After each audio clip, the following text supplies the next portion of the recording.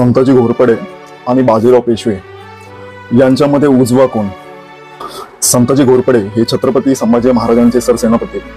संताजी घोरपडे हे नंतर राजाराम महाराजांच्या काळातले पराक्रमी सेनानी होते. संभाजी महाराजांच्या मृत्यूनंतर संताजी घोरपडे यांनी अक्षरशः मुघलांना धरुकी पळ करून सोडलेला. त्यांनी मुघल सेनेचा नायनाट करून सोडला.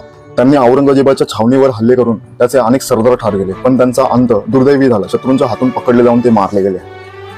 तर बाजीराव पेशवे हे छत्रपती शाहू महाराजांचे सरसेनापती. बाजीराव हे मराठा साम्राज्याच्या विस्ताराचे प्रमुख शिल्पकार. फक्त 20 वर्षात त्यांनी 40हून अधिक युद्ध लढली. एकाही लढाईमध्ये त्यांचा पराभव झालेला नव्हता. त्यांच्यामुळे मराठा साम्राज्य महाराष्ट्राच्या बाहेर दिल्लीपर्यंत पोहोचलं. तर मग उजवा कोण? जर गनिमी गावात शौर्य आणि शत्रूला त्रास देणं हा मापदंड असेल, संताजी घोरपडे हे अग्रस्थानी ठरतात.